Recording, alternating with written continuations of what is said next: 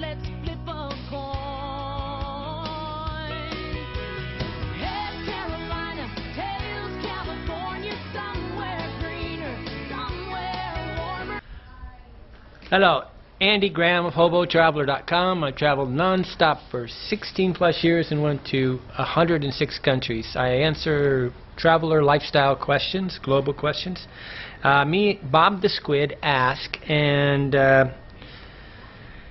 he basically were talking about shades of gray, and there's a couple emails back and forth, but he said he'd like me to talk about it, but I wrote him that the world is many shades of gray, and if one of my readers is going to use facts, so one of my readers, sometimes the readers pick blah, blah, blah, blah, blah.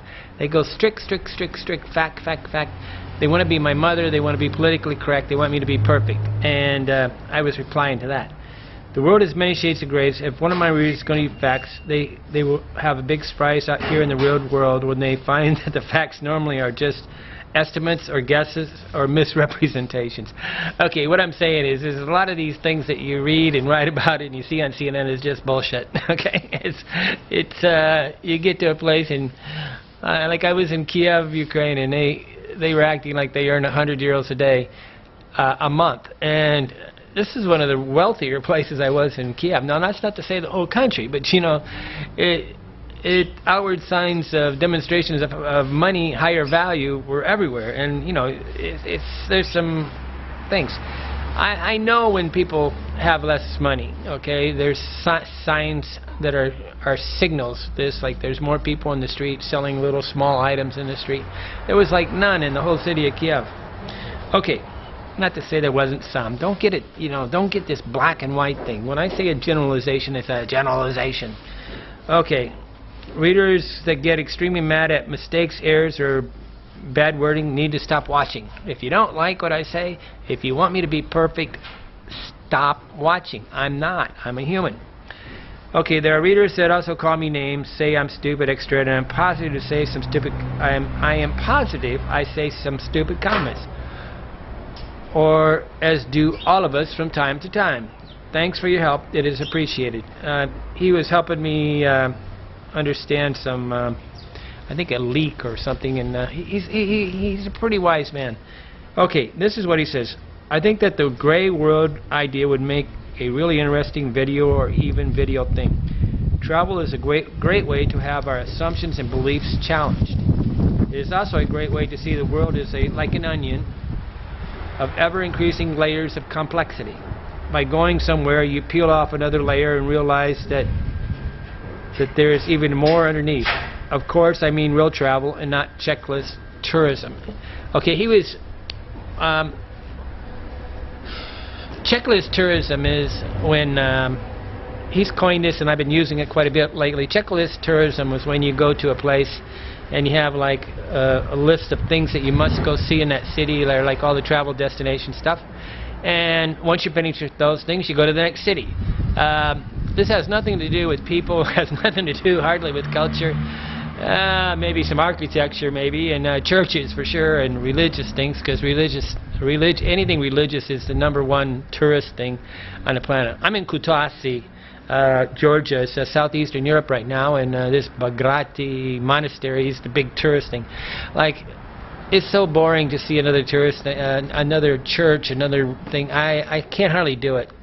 I remember going through Tibet, and all we did is stopped at Buddhist temples all the time. It was like, okay, there's more to people than just their temples, and there's more to people than just their religions. Most people are practicing atheists, so it's kind of funny that we have to celebrate the religions that they hardly celebrate anymore. Okay, but if you want to understand a culture, you have to go slow, and you have to understand that the shades of gray. What happens is, when I say shades of gray, I guess I'm meaning everything you see is not really what you're seeing. It's in between the lines, what we find when we read between the lines. I often talk about reading signals. There are signals to poverty, there's signals to wealth. Obviously an iPhone in a country, a very poor country, is a signal of some sort of wealth. being that they're not going with the lowest, cheapest way.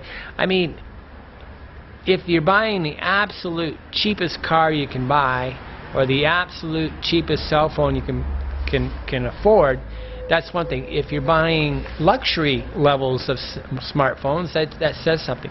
But the poverty signals are like, normally poverty signals are things like they have dirty clothes on, or really big one is when they have no shoes on, and you know, begging in the middle of a snowstorm. Okay, these things are signals of poverty as much as they're signals of maybe I can show you over here. They have a steel door on this building over here, house right here, and we're surrounded by a fence. Every single property in this city has like a steel fence around it, so it's all compound houses. When you can walk freely into the backyard of a place, that means it's safer. Okay, so these are the shades of gray that you start understanding as you understand the complexity of peeling the onion of country. How do you do that? You stop focusing on something specific and start just allowing your mind to randomly, serendipitously look at things. And so the solution is, if you really want to understand the world, is don't be traveling with an agenda. Travel with an open mind and try not to fill in all the blanks with what you read. Okay, most of the people that read all the time really have trouble understanding people, because people is about listening, right? But checklist travelers are very annoying, because if they miss one thing, they feel angry. If it starts to rain, it disrupts their whole checklist, right? I can go, okay, it's raining. It's a perfectly natural thing to happen in a country, right?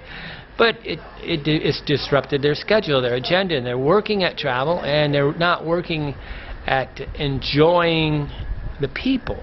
And if there's one thing I'm absolutely positive on a global basis, is that people have many facets to them, and each culture is different. We have borders on countries because that's a change of a culture. If I defined Americans as talking loud, that's an honest statement. There are archetypes, I think they call it, that create the stereotype that define who we are, and we are not all the same. That is just total crap. Okay, and if you start to look at about how we're different, you'll also find out about how we're the same, and that's kind of the art of travel to me. A traveler's lifestyle is really about finding a sweet spot in the country, a sweet place to go, a place where you feel like you connect and you have a home. Obviously, the insult to a country is to leave after 3 days, and I've been doing it to every country I've been into for the last 2 months. But it's an insult. If the country would have really, really been great, I would have stayed if I could have got in. But a lot of times I'm in these tourist bubbles that has nothing to do with the country, and I can't even walk far enough outside that tourist bubble to actually meet any people. I'm here in Kuwatasi, Georgia, and it's a really small little feeling city. I don't think it's that small. I think it's got 300,000 people or more. But I've actually, been talking with people that don't speak the same language as me. We've been having hand language. I've been buying groceries. I was talking to the 2 girls in the supermarket today, and the layers are starting. I'm starting to see the layers here. When I just go look at all the tourist attractions, I don't see the layers. I just see some remnant of history, right? That they're proud of, okay, and they want to celebrate. And then you got to separate those from the homemade ones, the man-made things that they just came up with in the last few years. But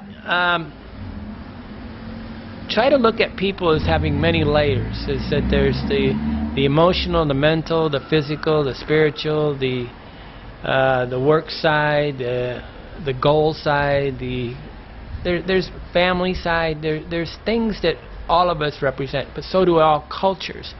And if you really care about people, you really, things like what is your religion is important. What is your